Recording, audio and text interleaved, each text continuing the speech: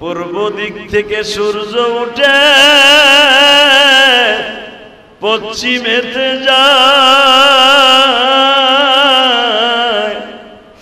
আল্লাহ যারে জাগায়া উঠায় তার ক্ষয় না, আল্লাহ যারে জাগায়া উঠায় তার ধ্বংস নাই।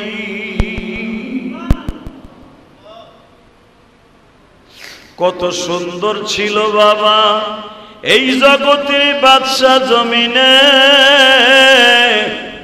সবাই কিন্তু শুয়ে গেছে মাটির নিচে। সাত মুল্লুকের বাদশা ছিল বাদশা সিকিন্দার, সেও একদিন চইলা গেছে কবর মাঝার। নদীর কুল ভাঙে কুল গলে, এই তো মৌলার খেলা।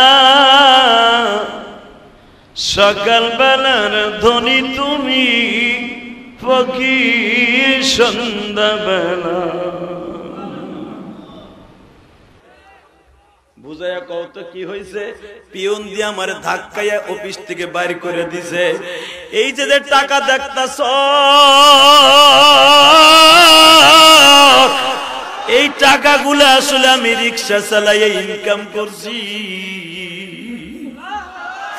বাবা কয় টাকা নয় দিয়ে দিবি বাবা, তোরে কামাই করে খাওয়াই দিলে রিক্সা চালাই যে কয়টা ঘাম বেরোইছে, এই ঘাম কেমনে ফেরত দিবি? ঠিক না বেটি? বাজানরে ক্ষমতার দাপটে টাকার গরমে বাবার কাছ থেকে যখন চলে আসলো গো বাবা, ও বাজান 3 মাস যখন হয়ে গেল বউ লইয়া বাজান ঘর ভাড়া করে বনানিতে থাকে। 3 মাস পরে মা ডাক দিয়া কয়, ও রিপনের বাবা,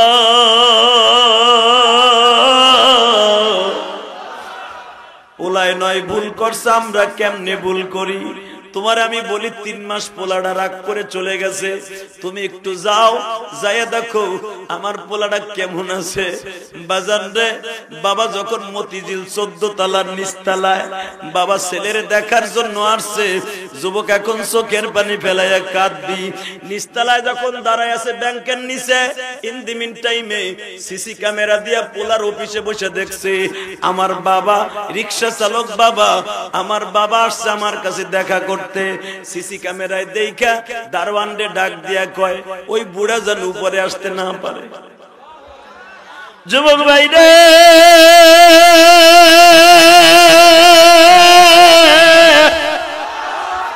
যখন বলছো ওই বুড়া যেন আসতে না পারে, দারওয়ানের কাছে জিজ্ঞেস করে, উপরে কি এখানে রিপন সাহেব থাকে? হ্যাঁ। এখানে কি রিপন সাহেব থাকে? হ্যাঁ। জিজ্ঞেস করে ওনার বাড়ি কুমিল্লা না? হ্যাঁ। এই ঠিকানা অনুসারে ঠিক আছে না বাবা? হ্যাঁ ঠিক আছে। রিপন সাহেব আমার পোলা লাগে, আমি ওনার সাথে একটু দেখা করতে যাব। যুবক এখন কানবি, ও দাড়ি বাঁকা বাজান, আমি জানি না এই কপাল কার হয়ে গেছে।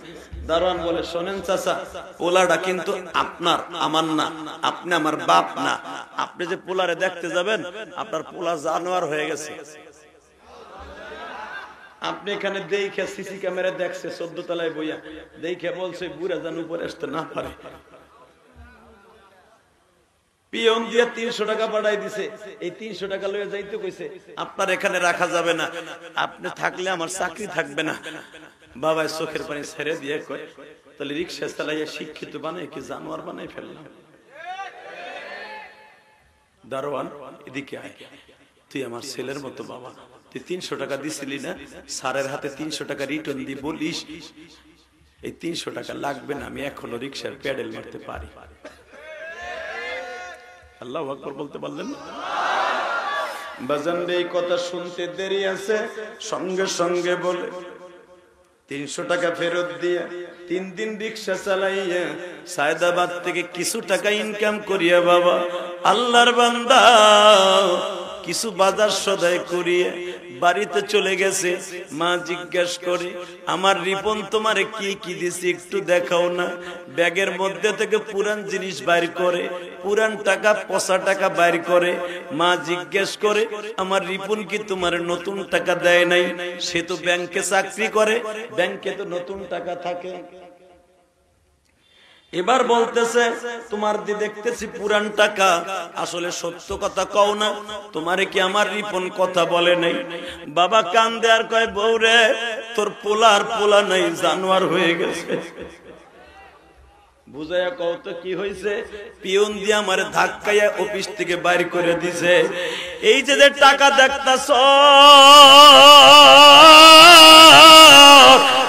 এই টাকাগুলো আসলে আমি রিক্সা চালাইয়া ইনকাম করছি। মা চোখের পানি ছেড়ে দিয়া বাবারে বুকের মধ্যে নিয়ে বলতাছে, তোমার পাও দুইটা ধরছি, এই কথা কারো কাছে কইও না, আমার পোলারে মানুষে বৎসনা দিবে, আর তুমি বরদোয়া দিও না। বাজান রে, এইভাবে মা বাবারে পরিচয় দেয় না।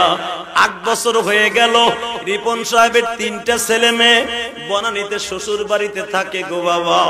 এবার আওয়াজ দিও, মা বাবা আসে বেড়াইতে, মা বাবার সাথে কোনো কথা বলে না, মা ডাক দিলে কথা বলে না, টাকা পয়সা দেয় না, মা কষ্ট পাইয়া চলিয়া যায়।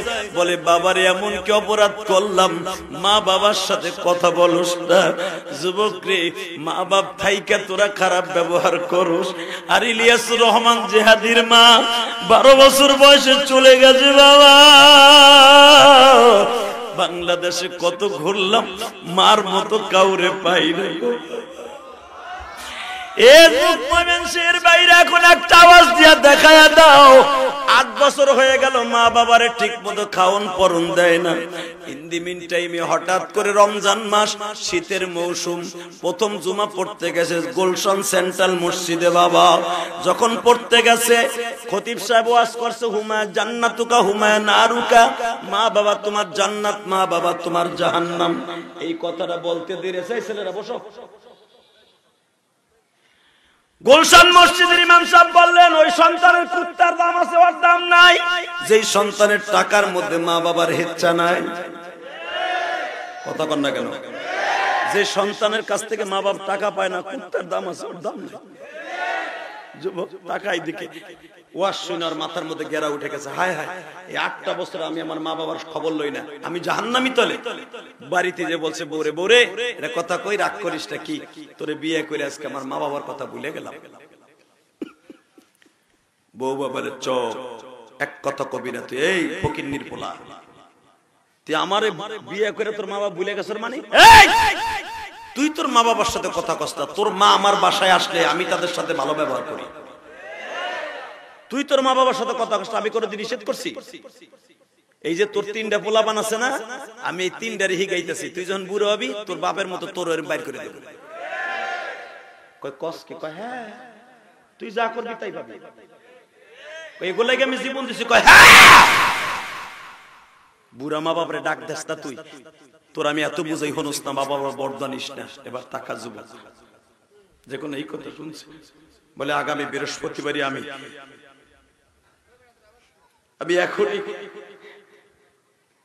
আগামী বৃহস্পতিবার আমার মা বাবার কাছে যাবো। যুবক এখন কানবি, মা বাবার জন্য কিছু কাপড় চোপড় কিনা, রমজানের কিছু হাদিয়া কিনা, সায়দাবাদ থেকে তিশা গাড়িতে উঠা কুমিল্লার উদ্দেশ্যে রওনা দিল। দাউদকান্দি ফেরিঘাটে বাবা 5 ঘন্টা জাম লাগা, দেরি হয়ে গেল। যাইতে যাইতে বাবা রাত 1টা বাজে গেছে কুমিল্লা। ইন দি মিন টাইমে যায় দেখে কেউ নাই বাজারে। দারোয়ান দাঁড়ায় বলে, স্যার কি দেখেন দাঁড়ায় দাঁড়ায়? চাচা একটা রিক্সা পাওয়া যাইব? আমি এখান থেকে 8 কিলোমিটার দূরে যাব। বলে, আপনি কেমনে ভাবলেন রমজান মাস এই শীতের ভিতরে কেউ রিক্সা চালাবে? আপনারা বড় লোক টাউনে বুঝেন না মানুষের দরদ। রমজান মাস সবাই তারাই ভরে ভরে চলে গেছে সিহরি খাওয়ার জন্য। বলে, চাচা খুব জরুরি দরকার, ফেরিতে জাম লেগে দেরি হয়ে গেছে, একটা রিক্সার ব্যবস্থা করে দাও, আমি অনেক টাকা দিব। বলে, শোনেন একটা কথা কই, এখান থেকে ওইটা সামনে আগে যান, একটা লোক দিনের বেলা রিক্সা চালায় না, সে রাতের বেলায় চালায়, দেখেন ওই লোকটা আইসিনি।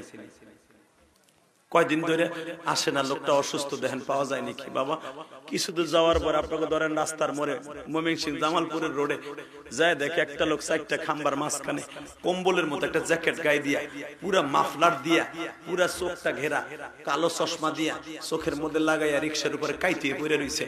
যে জিজ্ঞেস করে, রিপন সাহেব চাচা যাইবানি? কই যাবেন স্যার? অমুক গ্রামে যাবো।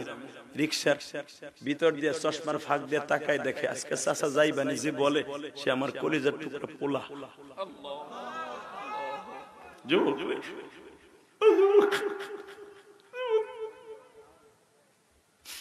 চশমার ফাঁক দিয়ে বলে, স্যার কোথায় যাবে?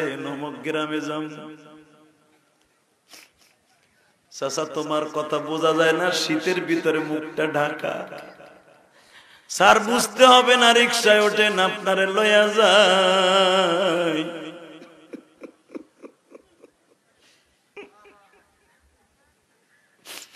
চাচা ভাড়া কত দিতে হবে? ভাড়া কয় টাকা দিবেন এটা পরে, আগে আপনি উঠেন। যুবক ভাইরা,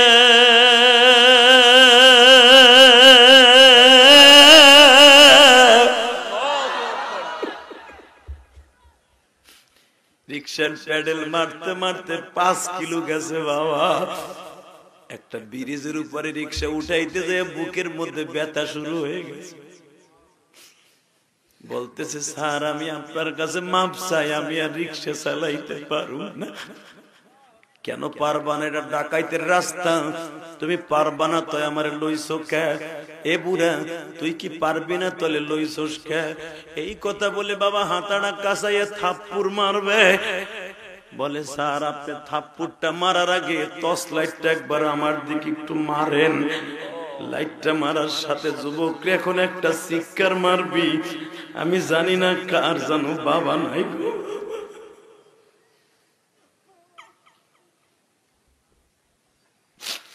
লাইটটা মারার সাথে মাফলারটা টাপ দিয়াই কর, স্যার দেখেন তো আমার চিনেন নি।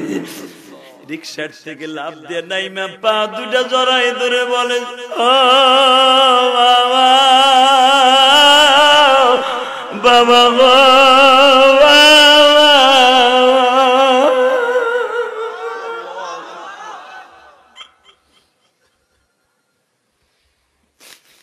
এই মাঘ মাসের শীতের মধ্যে তুমি রিক্সা চালাও,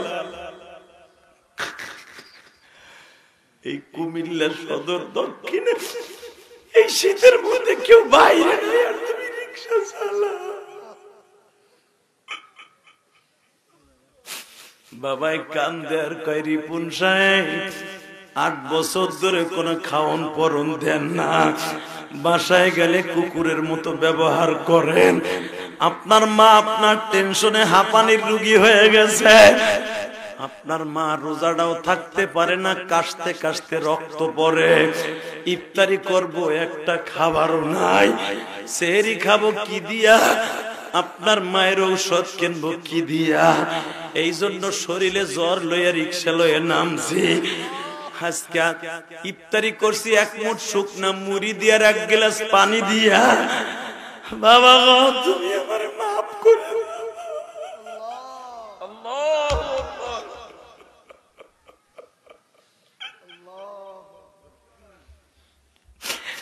রিক্সাটা লাথি দিয়ে ফেলাই দিয়ে বাবারে বুকি নিয়ে বলে, বাবা গো আমার টাকা পরে খায় আর তুমি রিক্সা চালায় খাও। বাবাই বলে, জাদুরে 30 বছর আগে তোমারে কোলে করে প্রাইমারিতে লয়ে গেছি।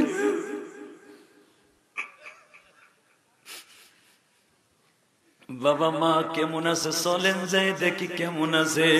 যুবক এখন চিৎকার মারবি রে ভাই। যখন বলছে মা কেমন আছে, সন্তান নিয়ে যখন মা, আরে সন্তানের আওয়াজ যখন শুনছে মা দৌড়ে বলে, কে আসছে? ও বিবি তোমার এমন ঔষধ আমি আজকে আনছি, তুমি দেখলেই ভালো হয়ে যাবা। একটা দৌড় দিয়া মার পা দুটো জড়াই ধরে বলে, মারে ও মা তুমি আমারে মাফ করে দাও গো মা, ও মা তুমি আমারে মাফ করে দাও গো মা। ও বাজান আমি 9:30 স্টেজে উঠছি, এখন 11:30 বাজে। যুবকরে একটা আওয়াজ দিয়ে এখন দেখাই দিবি রে ভাই। ঠিক এই টাইমে ওই রিপন সাহেব মার পাও ধরে যদি মাপ পাইতে পারে, তুমি এখন আমার আল্লাহর জোরে ডাক দিয়ে বলবা 8 বছর রিপন অন্যায় করে মায়ের ডাক দিলে যদি মাপ পাইয়া যায়, আল্লাহ আমি 8 বছর নামাজ পড়ি না, রোজা করি না, তোমারে হাত দুইটা উঠাইয়া ডাক দিলাম, তুমি মওলা আমারে মাফ করে দেবা। দাও হাত দুইটা উঠাও, দাও আল্লাহকে ডাক দাও, ডাক দাও, ডাক দাও, ডাক দাও, যুবক ডাক দাও, ডাক দাও, ডাক দাও, ডাক দাও, ডাক দাও, ডাক দাও, ডাক দাও। কত গুনাহ করছি মওলা জীবনে,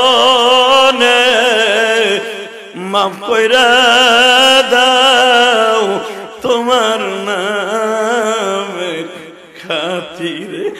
আল্লাহ দেখো কার চোখে পানি, কার যেন বাবা নাই মা নাই। আল্লাহ এদেরকে বাবা মাকে মাফ করে দেও না আল্লাহ, মাফ করে দেও না আল্লাহ, দেও না আল্লাহ, দেও না। এই মাদ্রাসার মুহতামিম কান্দে, আল্লাহ যার বাসায় খাবার খাইছি সেও কান্দে। আমি অন্তত কিয়ামতের মাঠে এই 5 জনের কোলের মধ্যে নিয়ে মালিকের দপ্তরে দাঁড়ায় বলতে পারি, মালিক আগুনের মধ্যে ঝাঁপ দিছি, তবু তোর জাহান্নামের আগুনে ঝাঁপ দিতে রাজি না। মালিক যদি ভালো লাগে তুমি আমারে আর জাহান্নামের আগুনে ফেলাইও না। দুনিয়ার আগুন কত ভয়ঙ্কর আমি নিজে দেখে আসছি মালিক। 3 দিন পর্যন্ত কড়াইটা জ্বালার পরে এমন পরিমাণ গরম হয়েছে, আপনারা তো বুঝতে পেরেছেন। এত দামি দামি কাষ্ঠ দিয়ে আগুনটা জ্বালাইয়া যখন সমস্ত তৈলগুলা পেঁয়াজু ভাজার মতো থগর বগর করতেছে, সর্বপ্রথম মনে মনে ভাবছে কাজের বুয়াটার আগে জ্বালাই, তারপরে দেখি আমার বউ ডরে আমারে মাইনে নেয় কিনা। বাজানলে কিন্তু মনে রাখবেন, আল্লাহর প্রেমের আগুন যাদের অন্তরে একবার জ্বলছে, ওরে দুনিয়ার কোন আগুনে ধরতে পারে না। আপনার কাজের বুয়ারে আগুনের মধ্যে ফেলাবার আগে ওই মেয়েটার, তোমার কাজের বুয়ার 3.5 বছরের মেয়েটারে ফেলাও। দুনিয়া একটা মাত্র দরদি আছে, নিজের জীবন দেয় সন্তানরে বাঁচায়, ঠিক না বেটি? ওই দরদিটা আর কেউ না, তার নাম কি?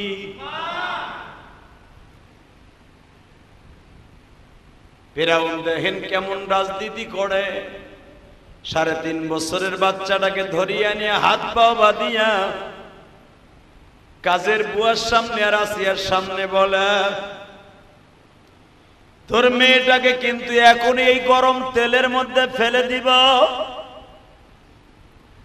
মা চিল্লায় আর বলে, আসিয়া আমাদের নবী মুসা কই? আল্লাহ রাব্বুল আলামিন কোরআনে ওই কথাই বলেন। সূরা আম্বিয়ার ভিতরে মুসারে তাকায়া দেখ, দুনিয়ার আগুনে আমার কাজের বুয়ার মেয়েটা ঠিকই ফেরাই হয়ে যাবে, কিন্তু আমার জান্নাতি হাউজে কাউসার দিয়ে আমি আর মেয়েটারে গোসল দিব। মা কিন্তু এক ছাড়া দুই না, একই কোয়ালিটির ইবাদত, একই আল্লাহ, একই ইসলাম, একই সব গো বাবা। 3.5 বছরের মেয়েটারে বেঈমান ছেড়ে দিল। মেয়েটা আগুনের মধ্যে পড়িয়াই মায়েরে ডাক দিছে, মা গো তুমি আমার আগুনের মধ্যে ফেলানো দেই খাবার কালেমা ছাইরা দিও না গো। মা আগুনে ফেলার আগে অনেক চিৎকার মারছিলাম, মা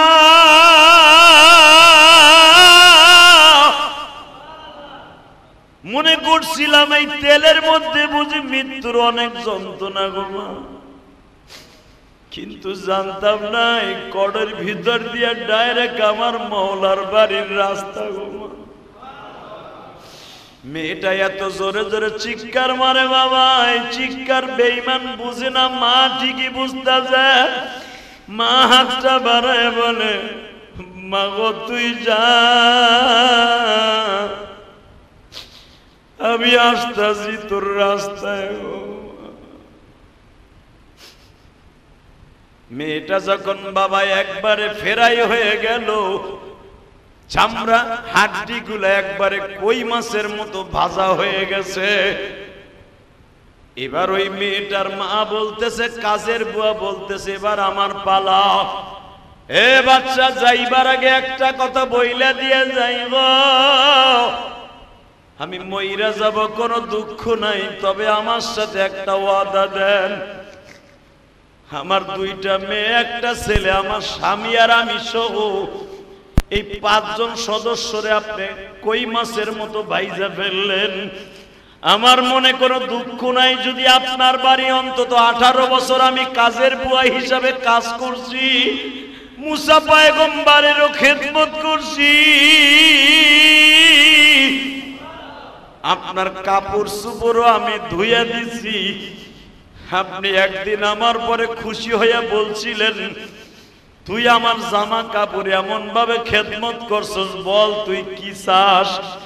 আমি একদিন বলছিলাম, আমি আজকে কিছু চামু না, একদিন চামু, সেদিন দিবেন কিনা। তখন আপনি খুশির আনন্দে বলছিলেন, তুই যেদিন যা চাবি আমি তাই দিব। আপনি ভাবতে পারেন আমি বাঁচার লাগে বলবো আমারে ছাইরা দেন না। ওই দিনকার ওয়াদা যদি আপনি খোদা হিসাবে ঠিক রাখেন, এই জনগণের খোদা হিসাবে, তাহলে আমার সাথে যে ওয়াদাটা ছিল, আপনি বলছিলেন যা চাবি তাই পাবি। আমি শুধু একটা জিনিস চাই, আমার ফ্যামিলিতে 5 জন সদস্য, আমরা 5 দিনে তো কই মাছের মতো ফেরাই হয়ে যাব, ভাজা হয়ে যাব। আমাদের এই ভাজা হাড্ডি গুলাকে আপনি ফেলে দিন না, অন্তত মিনহা খলাকনাকুম ওয়া ফিহা নুঈদুকুম ওয়া মিনহা নুখরিজুকুম তারাতান উখরা। আমার আল্লাহ বলছে, এই মাটি থেকে তোরে বানাইছি, এই মাটির নিচেই নিয়ে আসবো। আমার মালিকের যদি কথা থাইকা থাকে, আমার হাড্ডি গুলা যা একবার ফেরাই হয়ে যাবে, বাজা হয়ে যাবে। আমার ছোট্ট মেয়ে তাসলিমার বডিটা আর আমার বডিটা তেলের থেকে উঠাইয়া আপনি ফেলে না দিয়ে মাটির নিচে দাফন করে দিয়েন, একটা গর্তের মধ্যে দাফন করে দিয়েন। আমি অন্তত কিয়ামতের মাঠে এই 5 জনের কোলের মধ্যে নিয়ে মালিকের দপ্তরে দাঁড়ায় বলতে পারি, মালিক আগুনের মধ্যে ঝাঁপ দিছি, তবু তোর জাহান্নামের আগুনে ঝাঁপ দিতে রাজি না। মালিক যদি ভালো লাগে তুমি আমারে আর জাহান্নামের আগুনে ফেলাইও না।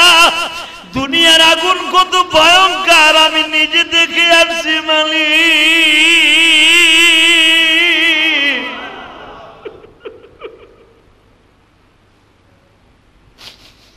অন্তত আমার ছোট্ট আর 3.5 বছরের মেয়েটাকে আমি বুকের মধ্যে নিয়ে আমার মাওলার আদালতে হাজির হব।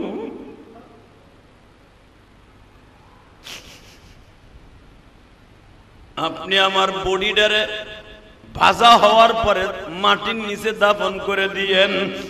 বাজান এখানে শেষ না, বুখারীর মধ্যে দেখবেন আনাস ইবনে মালিক বলেন, আমার নবী যখন মিশর সফর করতেছিলেন, যেখানে মেয়েদের 5টা লাশকে এক জায়গায় দাফন করা হয়েছিল, ফেরাউন কিন্তু তার ওয়াদা ঠিক রাখছিল।